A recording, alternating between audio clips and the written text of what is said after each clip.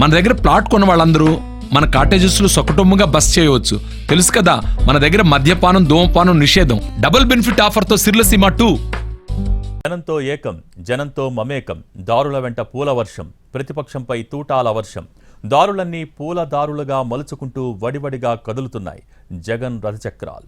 ఇడుపులపాయటు ఇచ్చాపురం వరకు సాగుతున్న మేమంతా సిద్ధం 4 రోజుల యాత్రపై స్పెషల్ లుక్.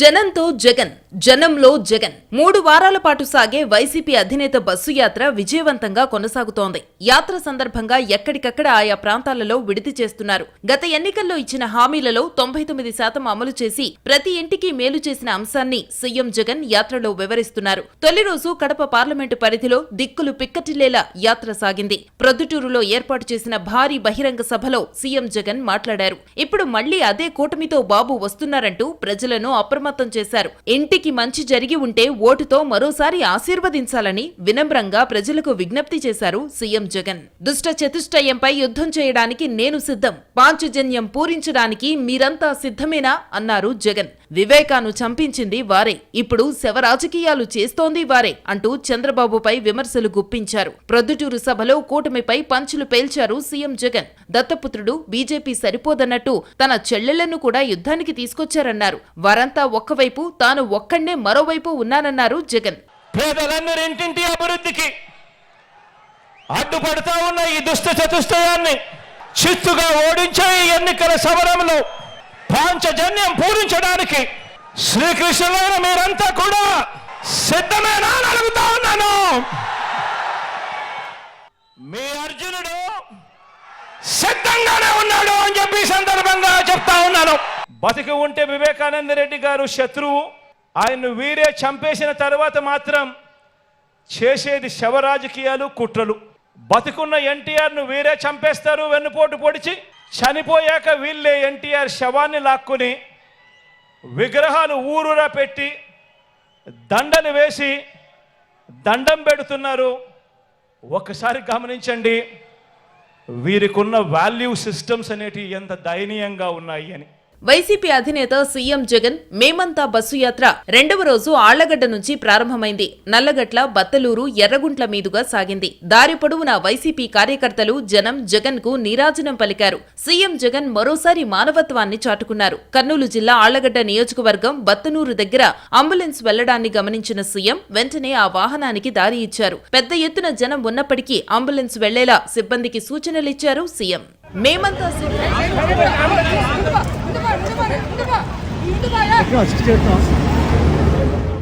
మేమంతా సిద్ధం బస్సు యాత్ర ద్వారా తమ ఊరికి వస్తున్న సీఎం జగన్ ను చూసేందుకు, పలకరించేందుకు జనం పోటీ పడ్డారు. భారీ ఎత్తున జనం తరలివచ్చిన చాలా చోట్ల బస్సు ఆపి అభివాదం చేశారు జగన్. తనతో మాట్లాడేందుకు ప్రయత్నిస్తున్న వృద్ధ మహిళలతో ముచ్చటించారు. ప్రభుత్వ పథకాలు అందుతున్నాయా లేదా అని వారిని అడిగి తెలుసుకున్నారు. తమ దగ్గరకు వచ్చిన జగన్ తో ఆప్యాయంగా మాట్లాడారు వృద్ధ మహిళలు.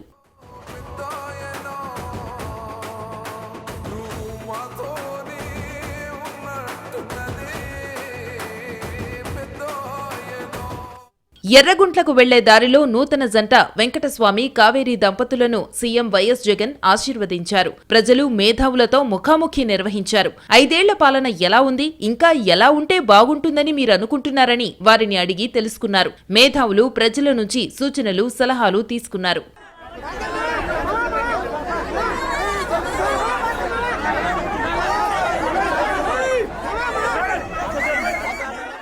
జగన్ టూరులో ఒక సన్నివేశం అందరినీ ఆకట్టుకుంది. ఓ దివ్యాంగ జంట సీఎం జగన్ తో మాట్లాడాలని, ఫోటో దిగాలని ప్రయత్నించింది. అంతేకాదు ప్రసాద్ అనే దివ్యాంగుడు ఎంతో కష్టపడి జగన్ బొమ్మను గీశాడు. జగన్ స్కెచ్ ఫ్రేమ్ ను బహూకరించేందుకు అవకాశమివ్వాలని కోరాడు. దివ్యాంగ జంట మాటలకు, ఆప్యాయతకు ఎంతో ముచ్చటపడిన జగన్ వారి దగ్గరకు వెళ్లి పలకరించారు. వారు బహూకరించిన ఫ్రేమ్ ను స్వీకరించారు. వారితో ఫోటో సైతం దిగారు జగన్. దీంతో ఆ దివ్యాంగ జంట ఆనందానికి అవధుల్లేవు.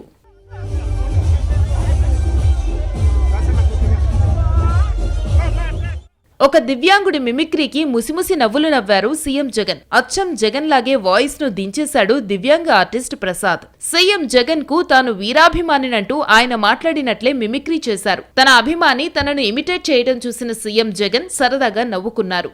మంచి రోజులు వస్తున్నాయని చెప్పి ప్రతి అవ్వకు ప్రతి తాతకు చెప్పండి. మేమంతా మిమ్మల్ని సీఎం చేసుకోవడానికి మేము సిద్ధం. మీరంతా సిద్ధమేనా అని అడుగుతున్నాం మిమ్మల్ని. సిద్ధం సిద్ధం. జై జగనన్న. ఎర్రగుంట్ల ముఖాముఖి తరువాత నూనేపల్లి మీదుగా నంద్యాల చేరుకున్నారు CM Jagan. Government arts college grounds లో ఏర్పాటు చేసిన బహిరంగ సభలో ప్రసంగించారు. 5 ఏళ్లలో తన ప్రభుత్వం ప్రజలకు ఏం చేసిందో వివరిస్తూనే విపక్ష కూటమిపై వ్యంగ్యాస్త్రాలు, ఘాటైన విమర్శలు సంధించారు. ఒక్క జగన్ ను ఎదుర్కొనేందుకు తోడేళ్లన్నీ ఏకమయ్యాయని అన్నారు. వారితో యుద్ధానికి సిద్ధమా అంటూ ప్రజలను కోరారు సీఎం జగన్. అటువైపున చూస్తే ఒక చంద్రబాబు, ఓ దత్తపుత్రుడు, వీరికి తోడు ఒక జాతీయ బీజేపీ అనే పార్టీ, పరోక్షంగా మరో కాంగ్రెస్ పార్టీ, ఇంతమంది తోడేళ్లు ఏకమయ్యారు కేవలం ఒకే ఒక్క జగన్ను ఎదుర్కొనేదానికి, ఒకే ఒక్క మీ అన్నను, మీ బిడ్డను, మీ తమ్ముడిని ఎదుర్కొనేందుకు, వీరందరినీ కూడా అడ్డుకునేందుకు మీరంతా కూడా సిద్ధమేనా అని అడుగుతా ఉన్నాను. టీడీపీ అధినేత చంద్రబాబుపై సెటైర్లు విసిరారు. ఏ ఒక్క హామీని చంద్రబాబు నెరవేర్చలేదన్న జగన్ రంగురంగుల మేనిఫెస్టోతో మరోసారి మోసం చేయడానికి వస్తున్నారని మండిపడ్డారు. ఇంటింటికి కిలో బంగారం, బెంజికారు హామీలిస్తారంటూ వ్యంగ్యాస్త్రాలు విసిరారు. ప్రత్యేక హోదా ఇవ్వలేదు, ఏ ఒక్క హామీని నెరవేర్చలేదు. ఇవ్వకపోగా ఈసారి ఈ ముగ్గురు కలిసి సూపర్ 6 అట, సూపర్ 7 అట, ప్రతి ఇంటికి కేజీ బంగారం అట, ప్రతి ఇంటికి బెంచ్ కారు కొనిస్తారట. నంద్యాల సభ చివర్లో పలు నియోజకవర్గాల అభ్యర్థులను ప్రజలకు పరిచయం చేసి గెలిపించాలని కోరారు సీఎం జగన్. నంద్యాల సభ అనంతరం పాండ్యం, సుడిగాలిమిట్ట, హుస్సేనాపురం, ఓర్వకల్, నన్నూరు, పెద్దటేకూరు, చిన్నకొట్టాల, కె మార్కాపురం క్రాస్, నాగులాపురం మీదుగా మేమంతా బస్సు యాత్ర ద్వారా పెంచికలపాడుకు చేరుకున్నారు. అక్కడే రాత్రి బస చేశారు. 3వ రోజు యాత్ర కర్నూలు జిల్లా పెంచికలపాడు నుంచి ప్రారంభమైంది. అడుగడుగునా జనం బస్సు యాత్రకు బ్రహ్మరథం పట్టారు. కోడుమూరులో జననేత జగన్ పై స్థానికులు అభిమానం చాటుకున్నారు. భారీ గజమాలతో గ్రామస్తులు స్వాగతం పలికారు. గొల్లకురమలు, గొర్రెపిల్లను బహూకరించారు. కోడుమూరు ప్రజలు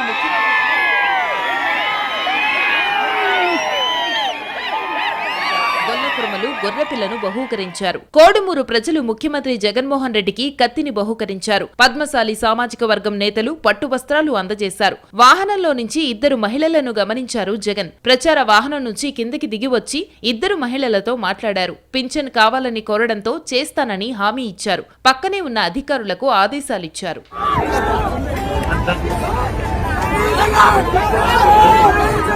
మే 13న రాష్ట్రంలో కురుక్షేత్రం జరగబోతోందన్నారు సీఎం జగన్. ఎమ్మిగనూరులో జరిగిన మేమంతా సిద్ధం బహిరంగ సభలో మాట్లాడారు. పేదలంతా ఒకవైపు, పెత్తందార్లు మరోవైపు ఉన్నారని చెప్పారు. పొత్తులను, జిత్తులను ఎదుర్కొంటూ పేదల భవిష్యత్తుకు అండగా నిలిచేందుకు తాను సిద్ధమని చెప్పారు. మే 13న కురుక్షేత్ర యుద్ధం జరగబోతా ఉంది. పేదలు ఓ వైపున, పెత్తందారులందరూ మరో వైపున. ఈ పెత్తందారులందరినీ ఓడించేందుకు, పేదల పక్షాన నిలబడేందుకు నేను సిద్ధం. మీరంతా సిద్ధమేనా అడుగుతా ఉన్నాను. 66 లక్షల మందికి నెలకు 3,000 రూపాయల పెన్షన్ ఇస్తున్నారు సీఎం జగన్. 58 నెలల్లోనే 2.70 లక్షల కోట్ల రూపాయలను పేదల ఖాతాల్లోకి బదిలీ చేశామన్నారు. ఈ ప్రభుత్వానికి రాఖీ కట్టాలంటూ అక్క చెల్లెమ్మలను కోరారు. 5 ఏళ్లుగా మీ బిడ్డ పరిపాలన చూశారు. 5 ఏళ్లుగా నా అక్క చెల్లెమ్మల కుటుంబాల జీవితాలలో వెలుగులు నింపడం చూశారు. 5 ఏళ్లుగా మనం అమలు చేస్తా ఉన్నా. మీ సోదరుడిగా అడుగుతా ఉన్నాను. ప్రతి అక్క చెల్లెమ్మ కూడా రాఖీ కట్టండి అని చెప్పి ప్రతి అక్క చెల్లెమ్మను కోరుతా ఉన్నాను.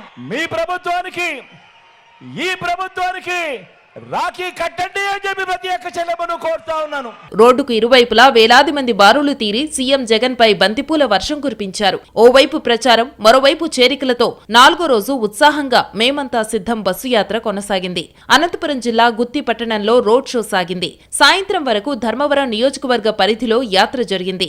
సంజీవపురం దాటిన తరువాత నైట్ హాల్ట్ అరేంజ్ చేశారు. గుత్తిలో దారి పొడవునా సీఎం జగన్ కు స్వాగతం పలికారు ప్రజలు. అందరికీ అభివాదం చేసుకుంటూ ముందుకు సాగారు జగన్.